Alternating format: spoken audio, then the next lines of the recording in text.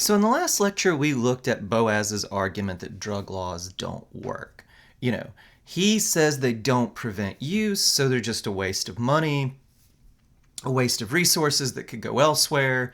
If you're a libertarian like Boaz, as I said, elsewhere probably means cutting the taxes of people like Boaz. If you're a liberal, you probably think, well, it could go to other government programs. Either way, libertarian or liberal, if drug laws simply didn't work, better use for the money, get rid of them, right? Now, as I said in the last lecture, though, Boaz's arguments that they don't work all turn out to be flawed. Um, you know, they go from really bad to interesting. The people still use drugs even though drugs are illegal argument is a really bad argument. The argument, well, more enforcement doesn't do a lot to prevent use, that's way more interesting. And I think Boaz can establish some points with that, but I don't think it proves, as he wants it to, that drug laws simply don't prevent use. For reasons we looked at in the last lecture, it can well be the case that making drugs illegal prevents some use, but more enforcement, heavier penalties really don't, right? Making drugs illegal puts a certain social stigma on it, makes it kind of sketchy or whatever. More importantly, it drives the price up. Both of those things are going to do a bit to discourage use, right? But let's move on to Boaz's second line of argument, and that's that drug laws do more harm than good. Now, Boaz, of course, thinks that drug laws don't do anything to prevent use, but even if he's wrong about that, then, if drug laws did more harm than good, that would be a reason to get rid of them, right? You can imagine, well, drug laws do some good by preventing some use. That's a benefit, but the cost, if it's greater on purely utilitarian grounds, you would have reason to get rid of it, right? Maybe there's some payoff from drug laws. Good utilitarian calculus, we get a number with a plus sign in front of it, a black number of a certain amount. But if they do more harm than good, the red number, the number with the minus in front of it is bigger. That would mean on purely utilitarian grounds, we need to get rid of them.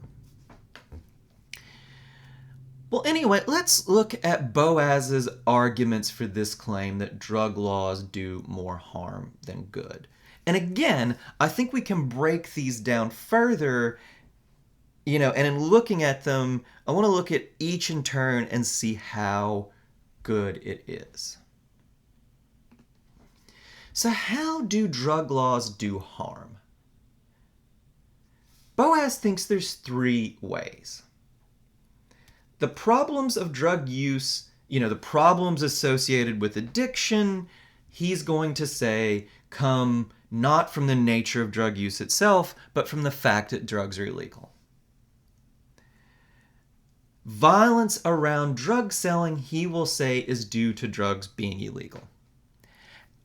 Addicts, and especially drug dealers, Boaz will say, it's not that they're especially violent people, it's just that the way the system is set up, it encourages violence. The very fact that drugs are illegal creates violence, encourages it.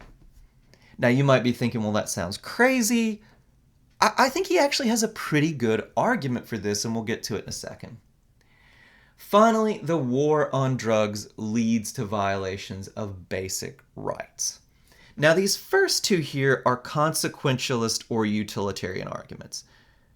Just basically that drug laws aren't worth the cost. This last one, we start to recognizably get into a rights-based argument. Drug laws are bad, he will say, because they lead to violations of other basic rights that everyone ought to recognize. Biggest ones being the right to property and the rights to sort of privacy or security in your home, right? Which also kind of overlaps with property. Now again, Boaz is a libertarian. Libertarians take property very seriously. But even if you're not a libertarian, even if you're not someone who takes property quite as seriously as Boaz, I think you should take property seriously. It is important, and we'll see some ways that drug laws lead to violations of property rights. They also lead to violations of due process rights. We'll get to that a little later. Let's talk about this problems of drug use being due to drugs being illegal argument. Now, I actually think arguments 2 and 3 are interesting. Argument 1, though, I think is a bad one. Let's think about what argument 1 is supposed to be. Argument 1 is Boaz will say, I say, well, drug laws prevent drug use by driving up the price of drugs. And Boaz will say, well, no, all the problems we see with addicts, that they can't support their families, that, they get in trouble with the law for stealing stuff or other things, that's all due to drugs being illegal because, you say it makes drugs more expensive. Well, that means addicts have to go and steal or do whatever to pay for their habits. Now, I actually think that there's an inconsistency in Boaz's argument here. When it suits him, Boaz will say, well, drug use is a choice. Even addicts can control their use. We'll come back to that in the last lecture. And if that's so, then it would seem to be the case that even addicts would moderate their use when drug prices go up. But when it suits him, Boaz also reaches for this argument that addicts are mindless and they're going to use drugs no matter what, right? No matter how costly they are, addicts are going to use because they can't help themselves. Like I said, Boaz is a lawyer. Lawyers aren't always consistent with their arguments. Sometimes lawyers will actually make arguments in court. My client didn't do it because he was halfway across town, and also it was clearly self-defense when he shot that guy. They won't be quite that blatant with it, but they'll make arguments of that sort sometimes.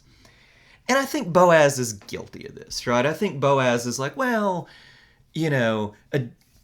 drug use is a choice, and also addicts can't help themselves, so, you're just going to create problems by making drugs illegal. Those aren't consistent, but like I said, Boaz is throwing a lot of spaghetti at the wall, hoping some of it sticks.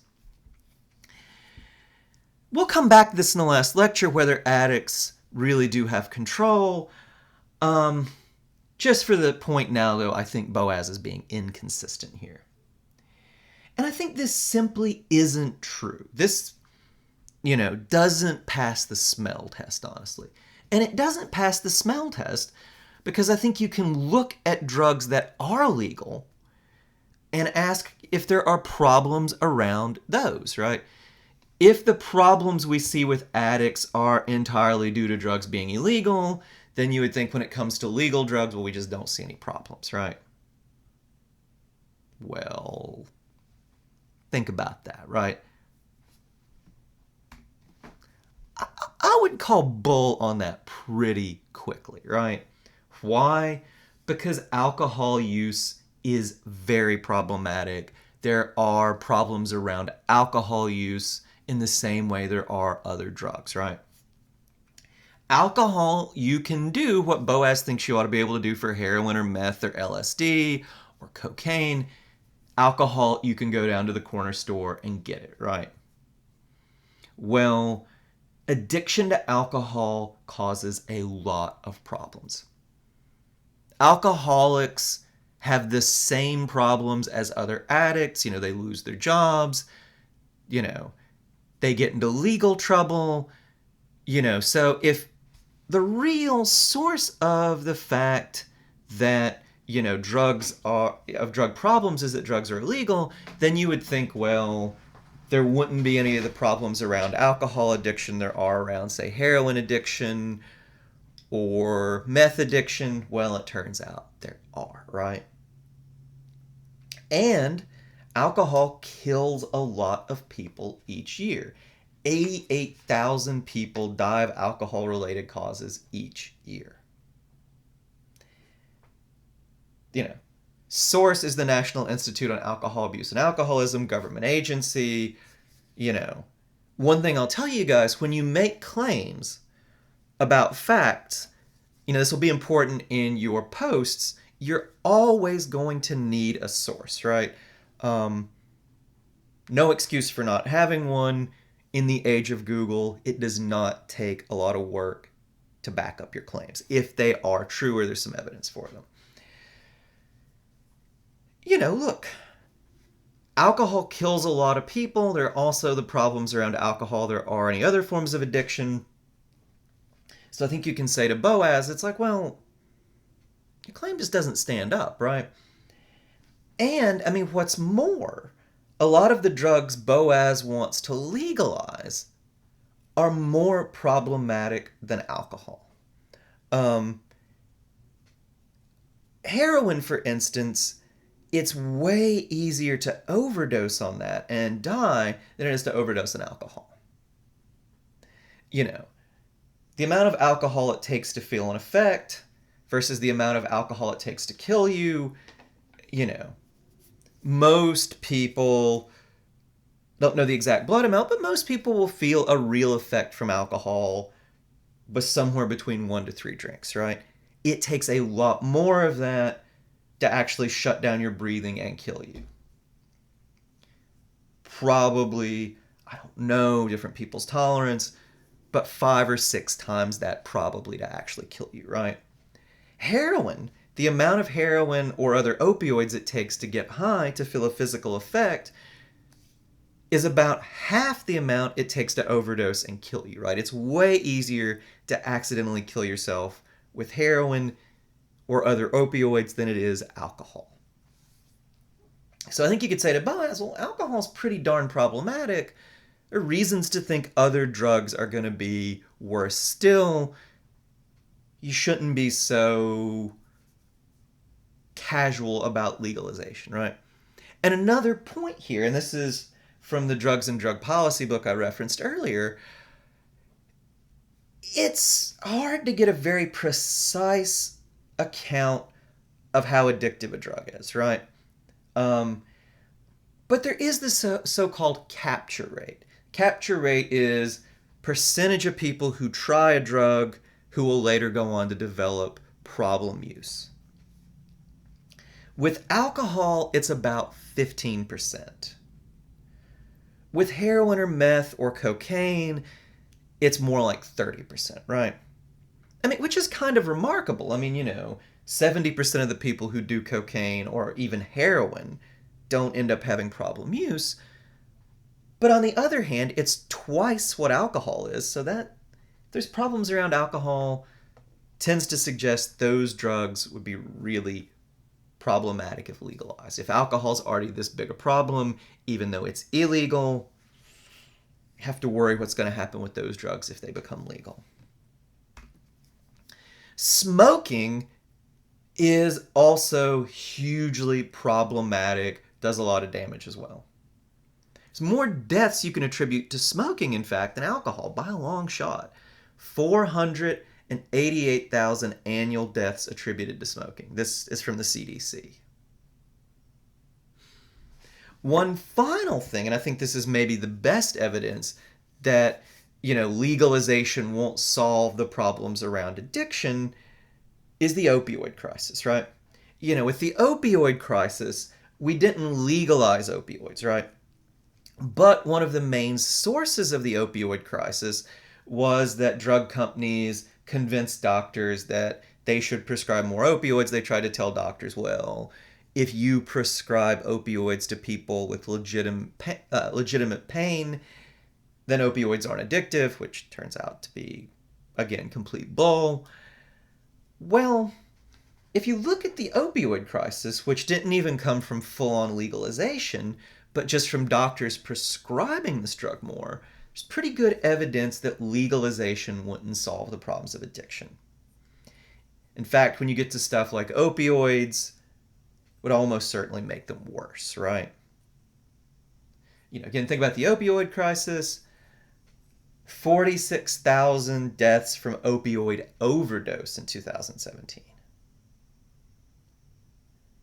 Estimated cost to the economy, from lost jobs, lost wages, government support for people with these problems. You put all this together, the estimated cost of the opioid crisis is, over the last 4 years, $2.5 trillion, which is a lot of money, right? When we get to these big amounts, it's often hard to really wrap your head around it. Everett Dirksen A senator, a fairly famous one from Illinois, once, kind of very sarcastically said, a few billion here, a few billion there. Soon you're talking about real money, right? Dirksen was moderately conservative Republican. Dirksen's point being, when you talk about huge amounts, we're often pretty, casual about it because we just can't wrap our head around the amount of money. But 2.5 trillion is a lot of money, right? So my point being, all of this, the problems with alcohol, the problems with opioids, there's, pretty good evidence that Boaz is just completely crazy to think that if we just legalize drugs, the problems we see around addiction are just going to magically vanish, right? In fact, all of our evidence suggests exactly the opposite. You legalize heroin, the opioid crisis is going to look like a walk in the park, right? You legalize cocaine, you're going to have some problems with that. Well, anyway, I won't beat up on Boaz anymore. This is a bad argument, but I do think he has some better ones about how drug laws create more problems than they solve. So, one of the better ones is that drug laws create violence. Well, you guys might say, well, that's just nuts, right? How do drug laws create violence? How do drug laws make it the case that drug dealers have to be violent? Well, think about this, right? Think about what happens when Apple and Samsung, or, trying to think of some other tech companies. Think about what happens when Apple and Samsung have a dispute. What do they do? If they have a dispute about money, what do Apple and Samsung do? Or what do, Microsoft and Apple, or, pick your favorite company here, right? What do they do? Well, they go get their lawyers to write the other company's lawyers. Many, many legal documents are sent. Guys of questionable morals and nice suits make a lot of money. Round and round it goes. And look, a lot of y'all might not like lawyers. I actually have a lot of friends who are lawyers. I'm not going to say anything terrible. But look, whatever you think of lawyers, it's better than the alternative. If Apple and Samsung, or Apple and Microsoft, or Bank of America and Wells Fargo, if they couldn't settle their disputes through the legal system, what do you think they would do? What avenue would be open to them for settling disputes? Plain old violence, right? If you are a businessman and you have a dispute with another businessman about property or about payments or whatever, and you can't sue, all that's left to you is violence. And trust me, I think if these companies couldn't resort to the legal system, they would use violence, right? We have all the fuzzy documentaries that act like Steve Jobs is a saint. He wasn't even a very nice person, right? If he didn't have a way to get his money besides shooting somebody or having someone shot, I don't have any great faith that he wouldn't do that, right? The same goes for a lot of other businessmen, right? Businessmen in legal businesses don't resort to violence because they don't have to. They have the legal system. You violated my copyright with your program, or you promised to deliver X chips for Y dollars, but you didn't. Well, you just sue in a world where you can't do that, you're going to resort to violence because it's all that's left of you. And Boaz will say, and I think there's a good point here, drug dealers are businessmen, right? But they're businessmen who can't sue each other. They're businessmen who have no way, no recourse to the legal system.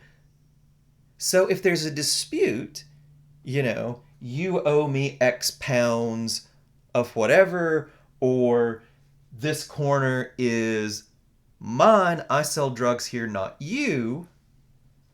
Well, you can't very well sue your competitor. You can't go file a claim in court. He promised me X pounds of heroin for Y dollars. He only delivered 1/2 X and still wanted the full Y dollars, right? You can't do that, right? And if you can't do that, you might try to hash your dispute out peacefully. A lot of times drug dealers actually do this. But if you can't, if neither side budges, then you have to resort to violence, right? And Boaz will say, well, if drugs were legal, if drug dealers could sue each other, if they could go into the legal system, they wouldn't have to resort to violence, so they wouldn't. They may not be nice people, but, that's not why they're violent. They're violent because they have to be. They're violent because you have to resort to that to settle disputes. Disputes are going to come up in business, and if you can't sue, violence is all that you have left. I think there's a really good point here. Come back to this. Is this an argument for full-on legalization? Maybe not, but it is a powerful argument.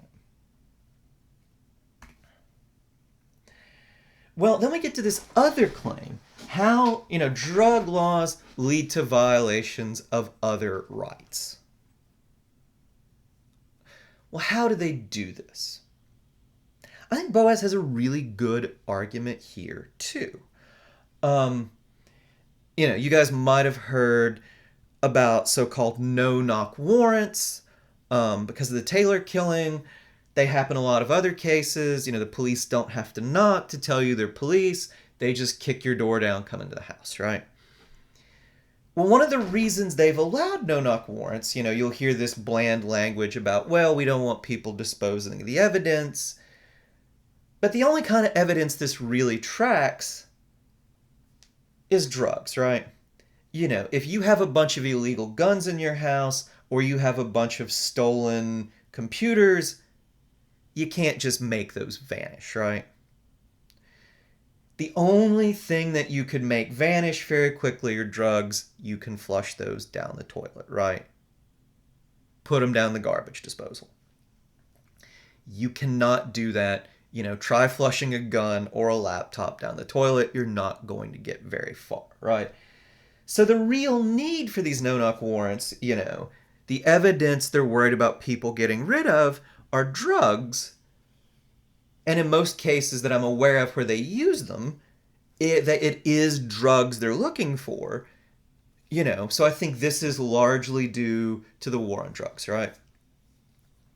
And this should bother you, right? I mean, there are killings associated with it, but you should just imagine this happening to yourself, right? You should be secure in your house. It shouldn't just be the case that someone can kick your door down in the middle of the night and not tell you who they are, right? And, where I grew up, you kick someone's door down, you're probably going to have the person shooting back at you, right? It's just crazy. Another thing that drug laws lead to as violations of rights, civil forfeiture.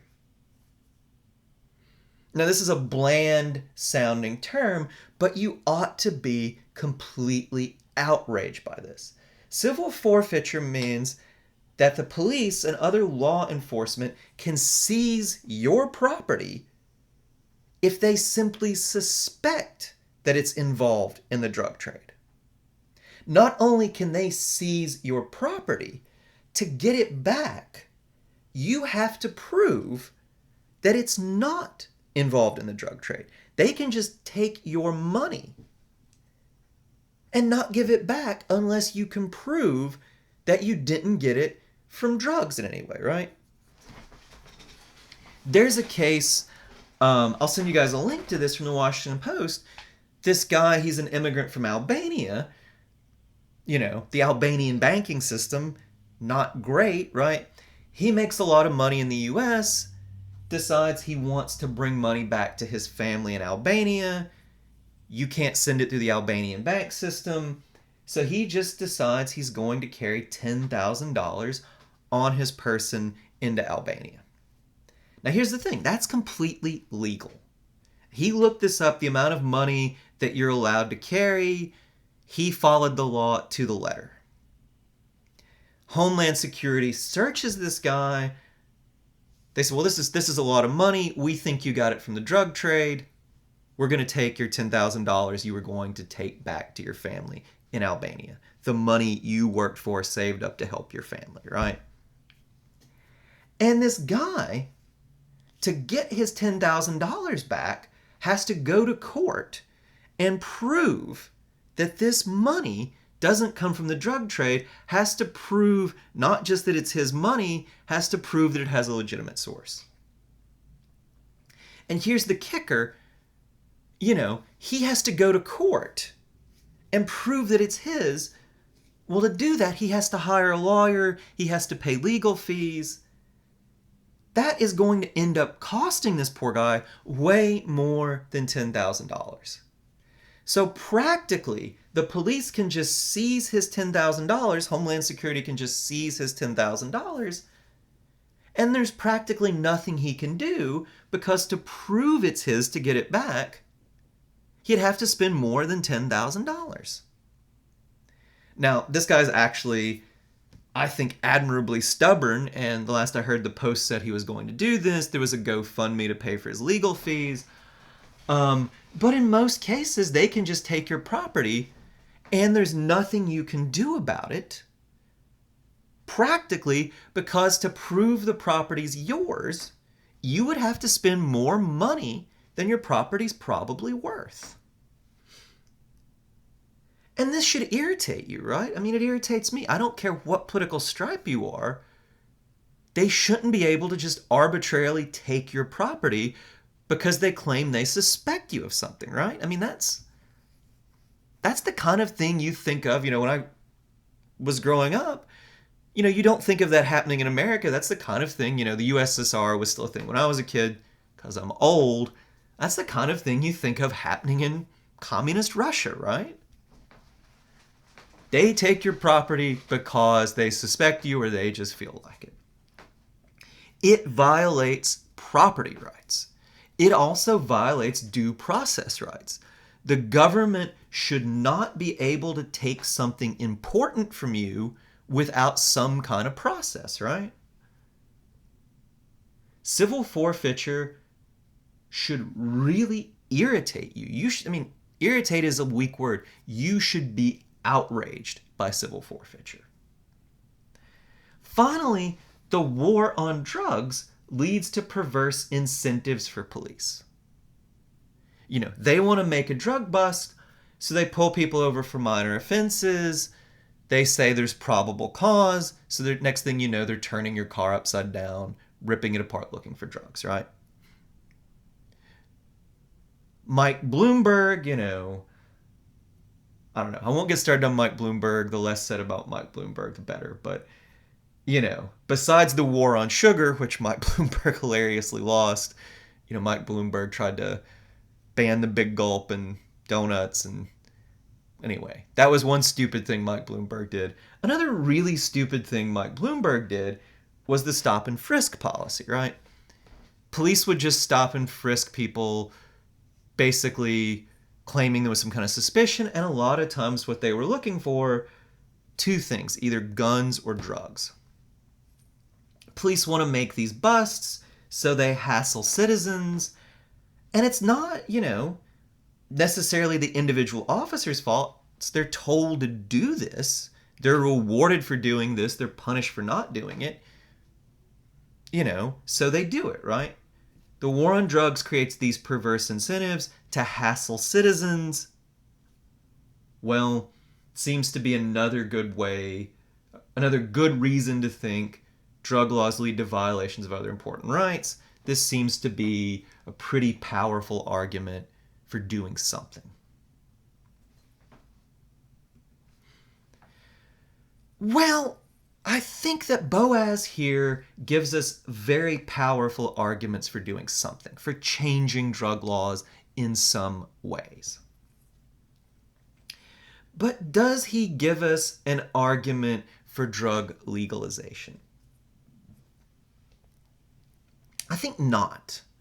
I think Boaz is guilty of, the fallacy of false choice, right? Which I think I talked a bit about in the lectures, the so-called false dichotomy. And I think Boaz seems to give us this argument, well, we should either legalize drugs full on or we should keep drug laws like they are. And I think there's good reason to think we shouldn't keep drug laws like they are.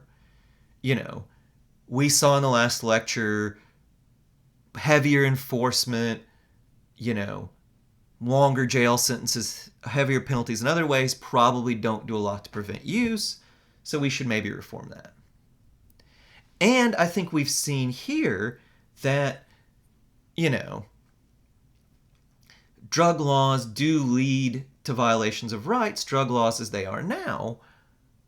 But does that mean that we should legalize drugs? It means definitely we should change drug laws. Does it mean we should legalize them? I don't think so, or at least Boaz certainly hasn't shown this. Some possible reforms that go short of full-on legalization, well, we could just end no-knock warrants and civil forfeiture, right?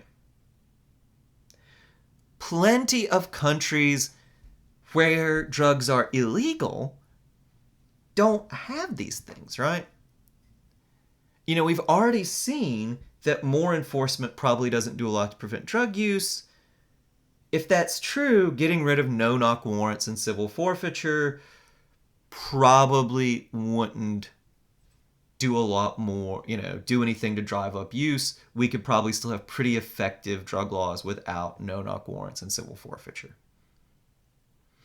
So I would say to Boaz, well, rather than an argument for drug legalization, you've given me an argument to end no-knock warrants, civil forfeiture. I'm fine with that.